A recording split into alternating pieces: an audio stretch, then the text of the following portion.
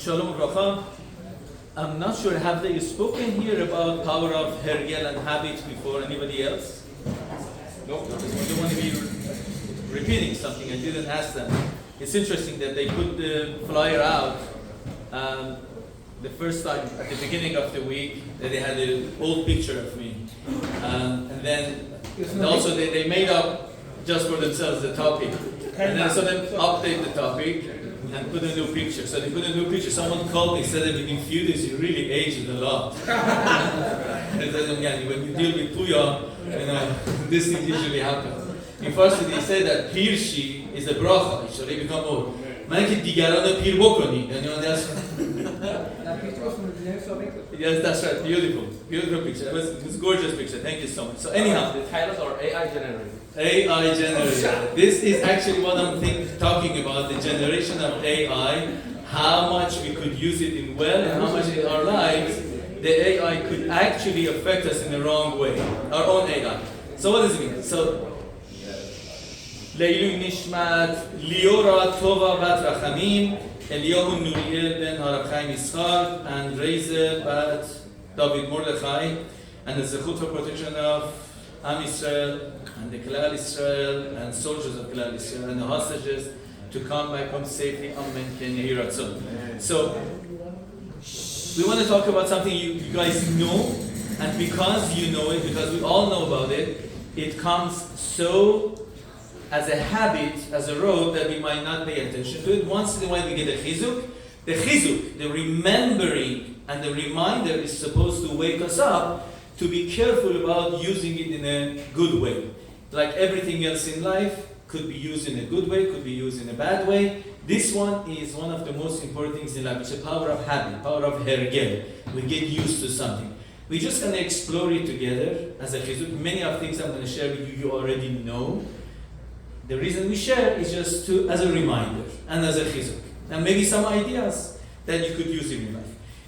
The name of, that I called it, Atomic Habits, it's actually the name of a book by James Clear. If you wanted to read the book, it's a great book. It's fantastic. The guy has put his life figuring out how habits are formed, how good habits are formed, how bad habits are formed, and how you could change those, the ones that you want. If you wanted to read it, he goes through it. It's one of the best sellers a number of years. You could check YouTube. He has videos that he explains it. And many people actually nowadays, they take a book and they turn it into a beautiful animation within 10-15 minutes. You have the whole book with cartoons. It's entertaining, but it's good to put it into practice. So what's habit? Habit or hergel is a repeated action or a thought or a talk or a speech that, because it gets repeated over and over again, it starts becoming automatic in our brain. You know, in our brain we have neural pathways. When I see something, I see you, my brain is using the occipital lobe, back of the brain, and it starts processing it, and then the sensory motor, another part of the brain, starts making some kind of a decision, the executive functioning, the prefrontal cortex, things that above even my own pay grade, you need a neurologist. But what we do know is the brain sends millions of neurons messages how to respond to a cue, to a stimulation that you get. And based on that, if it gets repeated over and over again, it becomes a habit.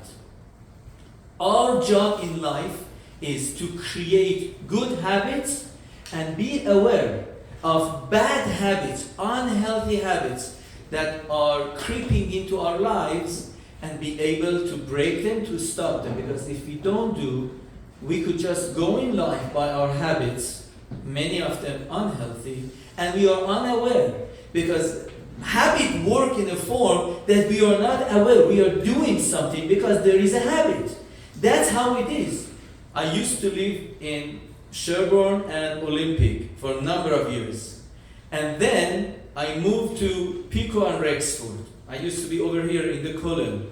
So I do remember that first week, when I would come out of the Colon, I would drive out. Usually I would make a right turn on Robertson, right turn on Olympic, and left on Sherborne. After I moved, I need to make a left turn on Robertson and then go. It was a different direction.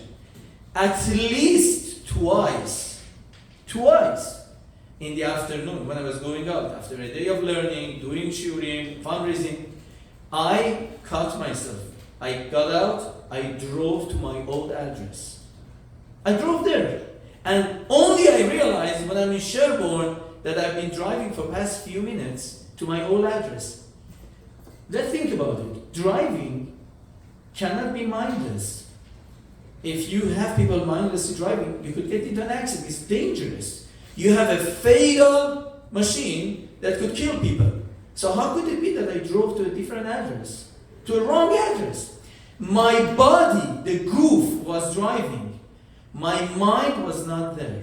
My body has gotten into that habit to just do the things. And do the things was that I look over my shoulder. I pay attention, there is no other car. I look at the street light. It's now green. And I make a right. I press the pedal. I brake. I'm doing all those. It was my body making a decision.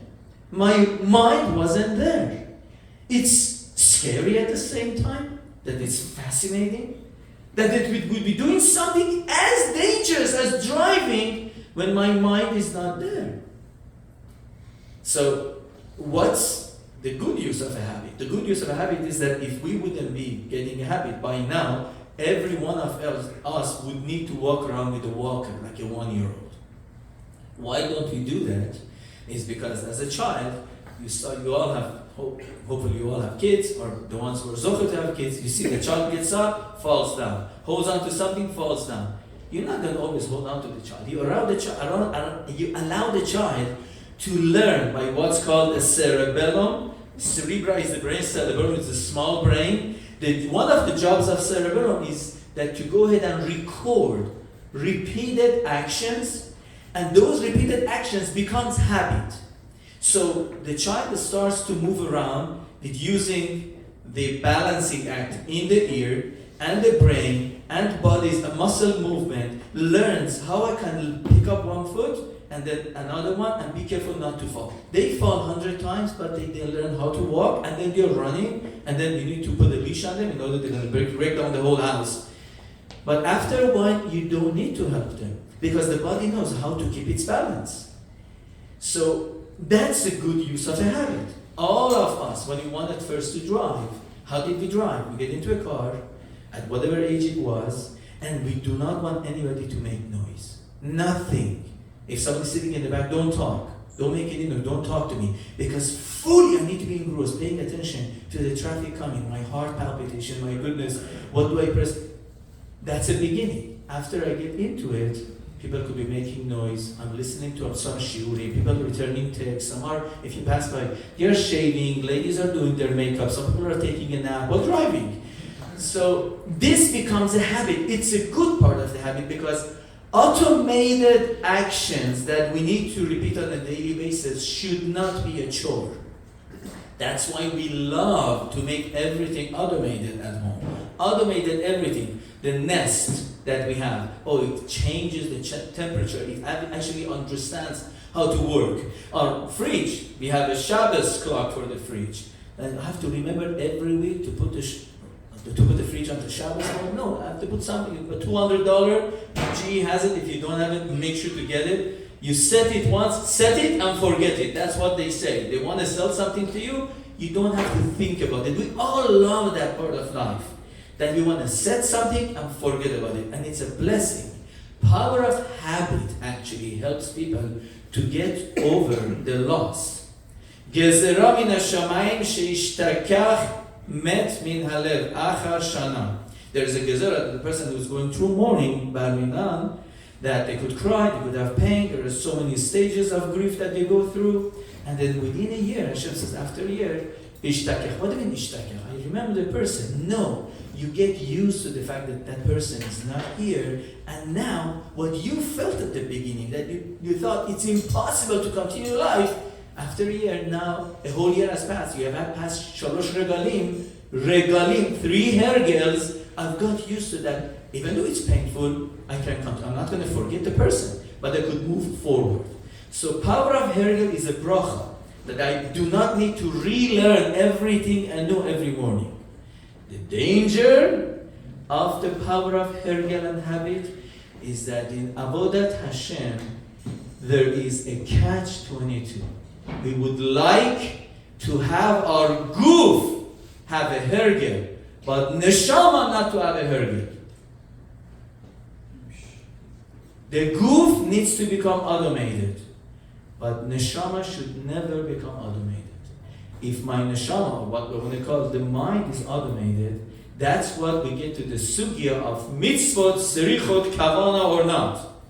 The mitzvah needs a kavana. What do you mean mitzvah needs a kavana or not? Why do you need to ask me?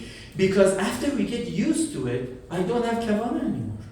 My body is doing the act, and my body is going to get sechar, but I want my neshama also to get the sechar. I do it only by goof to do the mitzvah. That's why you have the famous jokes going around, some of them true, some of them not true, but they say that sometimes they say that the Rebbe goes to a shul and see a guy has tefillin shel yad on and he has tefillin shel rosh in the other hand. And he's saying, no, and someone says, Rebbe, he's asking, he doesn't remember, is he putting on the tefillin to start davening, or he's after davening, he's taking it off? He's suddenly realizing he don't know where he is. He's asking, what should he do? Should he put it on? Should he continue? Should he say shachrit again or not? It's a joke, but it could have happened. Or the famous joke that a Rav sees that somebody comes to shul during mincha time and he starts davening, and in the middle of davening he takes a cigarette and he lights it up, he takes few, pokes in it, and then he puts it back down. The Rav goes to him and says, listen, I know you are late. I never read in rush. What was the story about the cigarette? He said, Rabbi, I'll tell you that. After many years, I've been able to save money to go to Eretz Israel. I'm so happy. So I was thinking about it when I came. I saw the davening. By Magen Avram, I decided to go to which travel agent. By Mechayim Eden was driving to him. By Hakel HaKadosh was sitting in front of him. By Chonan Hatati was asking me the date. And by Hashor, and by the time I get to the Mevarech Hashanim, he asked me, which part of the plane you like to sit in? The smoking section or non-smoking. And it's also to talk during davening. So I signaled to him, I need to sit in the smoking section. I puff. So that's why I signaled to him not to talk during davening. Not sure if it's correct or not, if it's true or not, but the message is that when you get to a road, my body remembers, don't talk during davening. But having a poke of cigarette, it will be okay. A puff is fine. We need to get our neshama, they call it nowadays in the going world, the mind over matter. My mind needs to be there. And that's what I'm going to get sechar for. Now we understand that I haven't looked up to see, I'm sure they talk about it. If it's true, what I'm telling you, that the body needs to be automated, neshama shouldn't be, take it as it is. If later we find somewhere that this is not exact, please scratch it. This is my own chidush. I think it makes sense, but the nuances, if later we find out that I need to tweak it, I'm open, and please do not take it as Torah Messina. We have a concept that we need to daven on a daily basis. We daven, we pray. Then Chazal say, Tefillah belo kavana, keguf belo neshama. I think that's a great indication that this could be true. Chazal don't say if you pray without kavana, you do not get sechar. They say keguf belo neshama. Your guf davened, your body davened, your neshama wasn't there. So you get sechar for your guf. And we get sechar for the guf. But why shouldn't I get full sechar for guf and neshama together? My goal was to get at the beginning, someone comes back to Shuvah, it's hard for him to daven. He's breaking his teeth over the words. It takes him longer. But not only his body, his tongue, or his vocal cords are engaged, his mind is there, fully, saying every word. After a while, now the body can just mumble the words and say it. But he could be thinking about a business deal, or thinking about the next shawarma he's going to eat, because mind is not there anymore. So that becomes tefillah belo kavana. I said the tefillah, but there was no kavana. So HaKadosh Baruch Hu says, I want your kavana, I want your mind over the matter. I want you to be paying attention. And it's normal for all of us. So in the book, actually, James Clear talk about this idea that there are 4 stages: cue, craving, response, and reward. The idea of cue is that there is something, a stimulation that gets us going. Then we have a craving, we want something, we have a desire, then we give it to a response, and then we get rewarded. And that's how, if it repeated many times, it gets over and over again. So he brings a great example of nowadays, every one of us. What's the famous cue that we all have? Boredom. It could be happening to many of you right now. You get bored by my talk, by my words, or actually, many of us, we have the attention span of a fly, that after a few seconds we can't focus anymore. So I feel bored. What do? I feel bored. The craving is that I need to feel alive. I need to feel I'm doing something. I'm not wasting my time. I can't focus. Whatever he says, I understand, or I knew it already. I can even talk better than him. So why do I need to pay attention? So I feel bored. What's the craving? Craving is I need to feel alive. I need some kind of entertainment. I need to feel good. So what's the easiest thing nowadays? Oh, I reach to my pocket and I get my phone out. And let me check to see if somebody sent me a text, a message, a WhatsApp, something. Because it's new. Just somebody sent me a text. Yo, bro, where are you? It's exciting. Somebody cares. Or somebody's asking somebody. So that's what I get as a response. I look at it. And then my mind thinks I did something important. I reached out. I used about half a calorie reaching out and opening it and looking at it. And then what's the reward? I feel I accomplished something. Oh, there's something interesting. Something happened. Like yesterday, breaking. Let's go. Breaking news. Oh my goodness, what's the breaking news? One of the toilets in downtown was broken. And if the federal department was called to open it up and they sent you a message just like, this is breaking news. At the moment, I looked at something. Now, I feel kind of bored again. I look for something else. When I do it number of times, that's how the habit comes. Next time that I feel bored, I don't need to even think. My body automatically reaches for my phone, looks at it mindlessly, going from message to message, from site to site, from social media to social media, just trying to keep myself entertained. And a little bit of reward. I just get a little bit. And that's sufficient for me to continue on that habit of mindlessly surfing the web or just looking at my phone. And that's why we have the concept of Shivirat Midot, that HaKadosh Baruch Hu wants us to break a habit, break a hergel. Don't allow it to just continue mindlessly to get you right, because there's going to be a time you're sitting in front of your wife and she needs your attention, and there is a mitzvah deoraita she'era kesutah ve'onata lo igra. You need to pay attention to your wife. You must. That's a mitzvah deoraita. And the person says, I just listened to her this morning. I listened to her last night. She's going to just talk about nonsense. I'm not going to say that because otherwise they're going to be looking for my body somewhere. But what I'm going to be doing is if I'm multitasking. I'm listening and I'm looking at my messages. I'm not fully there. I'm not fully present. Multitasking is not something that we can do. Technically, we cannot do multitasking in many, many areas of life. So I need to pick it, but my hergel gets me to do that. I have broken a hergel many times, it comes back again. And I wake, what's my hergel? Many of us, when I wake up in the morning, my alarm is beeping, so it wakes me up. You go and you turn off the alarm. What's the first thing in the morning? Let me see what has happened during that. Did the World War III started? This is something important. I need to know. Is a rocket coming to Los Angeles? I need to watch. I need to go to find a way to protect my family. So from World War III, next thing is I'm looking at some cats jumping off the roof. Funny things, these cats are not just okay. Before I know it, somebody has sent a message, oh, this is very important, please respond. Before I wash Netilat Yadayim, I've been standing on my feet for 5-10 minutes. I even forgot to say Modeh. That's a hergel. So how do you break a hergel?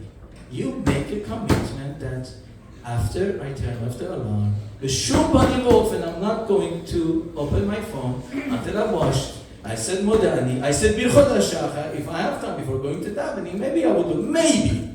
There are some people who accepted Kabbalah upon themselves, and it's amazing.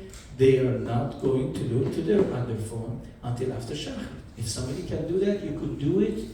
I'm sharing with you. Somebody shared that. They said that this is what I accepted. for the soldiers that the Tzahal should go. And he said, he asked Rav said, what you are doing is more than saying Tehillim.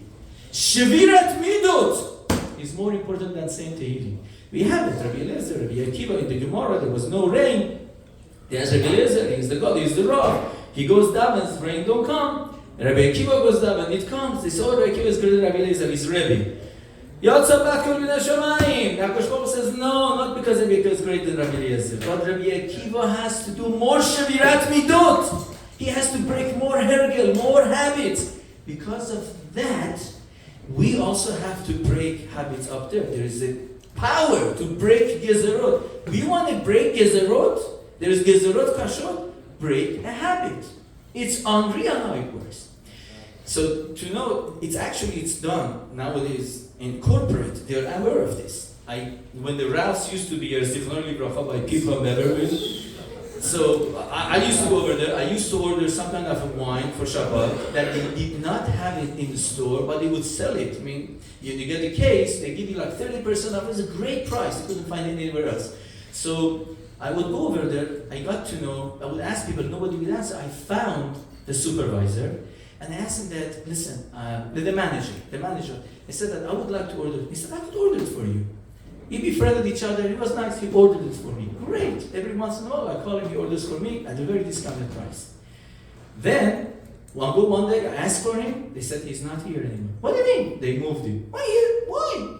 So I go around and I figured out his phone number. I call him up. I said, why did they move you? I said, right now in another house in the west side of Los Angeles. Jay, why did they move you? And he said, no, you don't understand. The workers who are supposed to do the shelving, who are supposed to do the packing, cashier, those people, they keep in the same place. Because the more they get into the habit of what to do, it's good for the corporate. Because things need to be automated. But someone like me, who is a manager or supervisor, they don't want us in a location more than a few months, 3 to 6 months max. Because they don't want us to get used to our work. Then we don't give a good supervision. We get used to things and things fall through the cracks. So every few months they move us. Because we need to oversee these bunch of workers who are like robots. We should make sure they're doing their job correctly. I said, wow. These people who are working on the stores, they are like a goof. This guy is the neshama. He is the mind over matter. He is the one who could make sure is everything going properly or not. That's us. Tefillah below kavana, kiguf below neshama. He's the neshama. He said that in a few months they might even move it from here. I told him, please, is it okay if I text you? I want to ask you. He said, no, I'll order for you. Don't worry, I'm going to send it over there.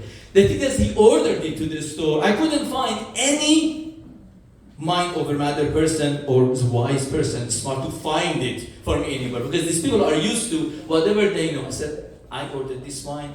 Sir, I can't find it. Please, can you look? He had to call the manager in the store to find a box of wine that was ordered. So this means that in life, habits are great, but at the same time, it could be an enemy to us. In the airport, there are some people you go, they tell you, let me see your boarding pass. Okay, you have clear, you have TSA pre-check. Go to this line, go to this line. They are robots. People sitting down behind the screens after security, looking at your luggage, they change them from a station to a station, from place to place. Because if they're sitting there every day looking at thousands of suitcases, after a while they're going to get used to it. That's why they do send their own agents with a gun or a knife in their luggage going through the security. Why do you do that? I want to see if the guy is alert. And if he says he passes through, you've been here for too long, you need more coffee, or you need to take a vacation, you are not paying attention. People's lives are in danger. People are online. They cannot just go ahead and just get used to what you're doing. This is us. So we need to pay attention, and we need to wake ourselves up and not allow to the goof to just do the mitzvah.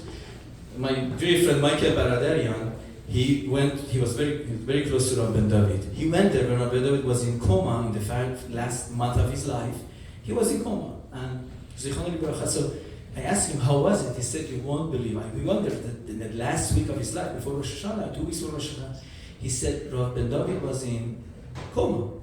He can't do anything. He said, what he was doing, you could see. every hour or half an hour, with eyes closed, he would just start wrapping imaginary tefillin around his hand. He would just go like this.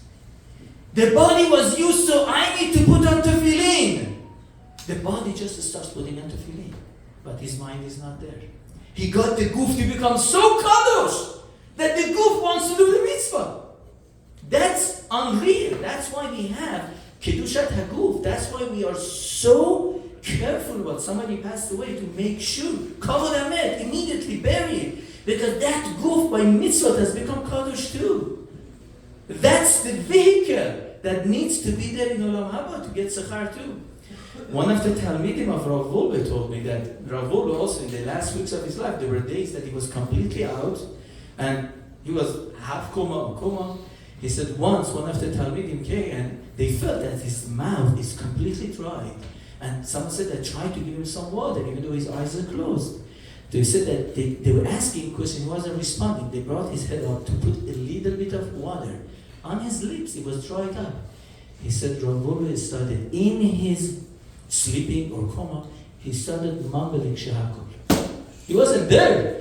But the body said, I need to say bracha. I cannot just put something in it without a bracha. So the thing is that we are not in coma, hopefully, but we act like that. We pick up something and our body makes a bracha and says, did I say bracha, Rizana? I think I was also in a coma. And we need to wake ourselves up and be aware that these kind of actions would not bring us full reward. I went to Eretz Yisrael to one of my dear friends a number of years ago. We have planned it to be there for Purim. The first time I was there for Purim. So I was invited to his home. So I wanted to go there. Beforehand, I stopped somewhere.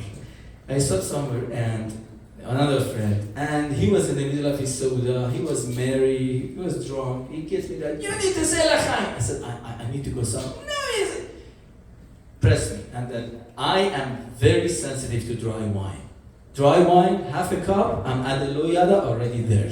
I can't take it. I need to have semi-sweet.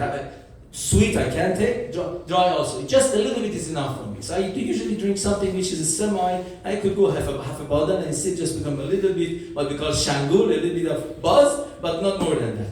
This guy gave me a whole cup of dry wine. I don't want, no, if you don't drink it, you're alright. He shoved it down my throat. Okay? We drive about 10-15 minutes. I come to my friend's home. He has invited some of old friends. They're all waiting for me. I come in. There are 10 people. I see that there are 20. I said, oh, we have double minyan over here. Oh my goodness, it's not nice. And a few minutes later, I was knocked out. I couldn't. I just fell on the couch and I slept for the next 3 hours. They had their fun. They left. Later, I felt so bad. I missed the party, being with my friends. Could I say I did not attend? I did attend. But I was a goof below neshama. The person is not going to tell me you didn't come to my home. Your friends, I get sechar for showing up. But I didn't show up fully. I get credit for going all the way to his home. But I wasn't fully there. In Olam Haba, they're going to tell us you did so many mitzvot. So many mitzvot. But were you there fully? Were you there fully? Were you completely there? Sometimes we can't answer that. And it's chaval. We get half a sechar. How much time do we have? 3 minutes. 3 minutes? That's all? I have about another 3 hours of talk. This is getting into a habit of just talking mindlessly without paying attention. So we have a pasuk. The pasuk is in Sefer Yeshaya. Pasuk is a famous pasuk. It's been said. HaKadosh Baruch Hu is telling us through the Navi that He cares about us, not to do mitzvot out of habit. A very famous pasuk. What is Hashem? Perek Kaftet, pasuk Yud Gimel Yud Dalet. Ya'an ki nigash ha'mazeh befi v'ishpatav kabeduni. Hashem says, I am not happy with this nation because they are coming close to me. They come close to me. They're coming to Beit HaMikdash. They come to Beit HaMidrash. They come to Beit Knesset. Befiv u'v'ishpatav kibeduni. With their mouth, with their tongues, they are respecting me. V'libo rachak mimeni. But their heart is far away from me. And you should know, the word lev in Hebrew doesn't only mean heart, it also means mind, it means brain, it means kavana, all of that. The concept of Rahmana Liba Ba'e. Hashem wants the live. What do you mean Hashem wants to live? He wants my kavana, he wants my intention, he wants what we think. That's what the concept of live. Hashem is saying, Libo Rachak Mibeni. Utehi iratam oti. They seem to be that they are God-fearing people. They have irat shamayim. But look at these three words you all know. Mitzvat, anashim, melumada. This is automatic way of doing this out of rote, out of habit. Hashem says, I don't like it. Because after a while, if you are doing this mindlessly, we come mindless to shul and daven. I go outside mindlessly and I rob people. I go outside mindlessly and I lie. I go outside mindlessly and I say Lashon Hara because I'm used to not to think about what I do. I'm a product of my habit. Hashem said, I want you to break that habit. I want you to be aware. I want you to be on top of it.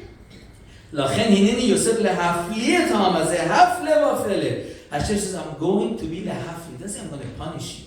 I'm going to shock you. Lahafli, pele, means something that, pele b'lohim. It's awesome. It's so strange. Hashem said, I'm going to shake them. Ve'av that chokhmah chachamav u'vinan lemonav tisater. I'm going to take away the chokhmah. Chokhmah means that they have a chokhmah. They have a knowledge, but this knowledge is rote. It's an AI. It's automatically generated image. I said generate image by AI. I want somebody give somebody with 6 fingers. It's an AI. It has figured out millions of images, how to preview something, to create an image. But this image is not exact. And I, as so to speak, a creator, I don't like that image. HaKadosh Baruch Hu says, give me an image of Adam Shalom. I come. My image is not complete, it's not perfect. Hashem doesn't want perfection. Hashem says, put your mind into this. Rab Chaim Shmulevitz says a beautiful thing in Sichot Musar. He says, look at Gemara Brachot. Kevan she'adam asa avera v'shana ba na'aseh lo heter. When a person does an avera and then he repeats it, now na'aseh lo heter. Now he has a heter, he has a permission. Gemara jumps. Na'aseh lo heter! Somebody. What are you talking about? He has a permission? You are telling me that anytime I do an avera, the first time is awesome, the second time now it's mutar? The Gemara says, no. Na'aseh lo keheter. It's as if that he have a heter. Rabbi Chaim Shmulevitz asks, if the havamin of the Gemara, if the assumption was incorrect, why do you have to put it into the Gemara? Don't say that. Just tell me the correct version. Kevan she'adam asa avera v'na'aseh na'aseh lo keheter. Why do you have to have heter? Another question. He says, do you know why? Because Gemara knows that we don't get impressed anymore. Because our minds are saturated. We go through life half awake. It needs a shock. What's the shock? You're reading something. Matkiv le Rabba. Matkiv, he attacked him? Yeah. Rabba didn't attack Abaye. Rabba is attacking me, who was reading the Gemara mindlessly. That there is a kasha over here. Don't just read it. No, there is something here that should electrocute you. Oh my goodness. It doesn't make any sense. When you wake up, then your mind is open. The keli, the vessel in your brain now is ready to understand that actually, when a person does an avera, because now there is a power of hergel and habit, he actually feels that there is a heter. A person is matir for himself. From now on I could do this because I did it once. He feels okay with it. Before it was impossible. Now it's possible. I did it once. I could do it again. That's what he says the Gemara talks in this lashon in order to shake you up. And he says that ha'oyev hagadol shel kol regesh kedusha v'yitro mamut. The biggest enemy for any feelings of kedusha and exaltedness is koach of hergel, getting used to the things. That's what we need to do. So, we still have more to say, but I'm going to stop right here. The famous thing is Sefer Yechazkel, somebody comes to Beit HaMikdash from the south, should go through the north, from the east, go through the west, don't go through the same gate. Why, Navi Yechazkel? Because you're not supposed to get used to what you see. Kohen Gadol, Mafrishim, Kohen Gadol, Shivat Yom, in 7 days, you're not supposed to go there. Why? Because you're supposed to go Yom HaGadol VaHaKadosh. You should not be used to this. It needs to be new. And the same thing, Tosefta says that why is Aaron not allowed to come to Heichal at any moment? Because once you get used to it, even the awesome Beit HaMikdash could become Hergel. I don't feel. That's what we are. We go to Beit Knesset, to the place of Kedusha. We feel at home. You're supposed to feel. I'm at home with HaKadosh Baruch Hu. But there is a reverence. There's a reverence. It's not. I'm telling you honestly, it used to shock me. A shock beyond belief. That I would go to a shul and I see people speaking during davening. I used to get so alert. What? You're talking during that? But you see, after a while, and you say, okay, unfortunately, some people talk, some people don't talk. That's churban. I'm getting used to it. I should not get into chas v'shalom to that habit myself, and I should figure out a way, daven for that and help them. So this is it. So I'm going to share with you just one last etzah. What are we supposed to do in order not to be into that kav hergel? We asked Rosh Hashiva, Rav Weinberg's etzah. What do we do? What davening that becomes road? He said that before, just don't walk into davening, start davening. Sit down literally for 30 seconds before davening and think. What are you planning to do now? Say it with your words. Say it in your mind. I'm about to get up, stand in front of Melech Malchei HaMelachim HaKadosh Baruch Hu. He's giving me a chance to talk to him, to converse with him, to ask him, and he listens to me. Just a few seconds. And get up and daven. The davening would be better, Be'ezrat Hashem. You want to walk into your home? Before walking into the home, think for a few seconds. I'm about to walk into my home, and HaKadosh Baruch Hu says that taking care of your wife and kids is tikkun shechina.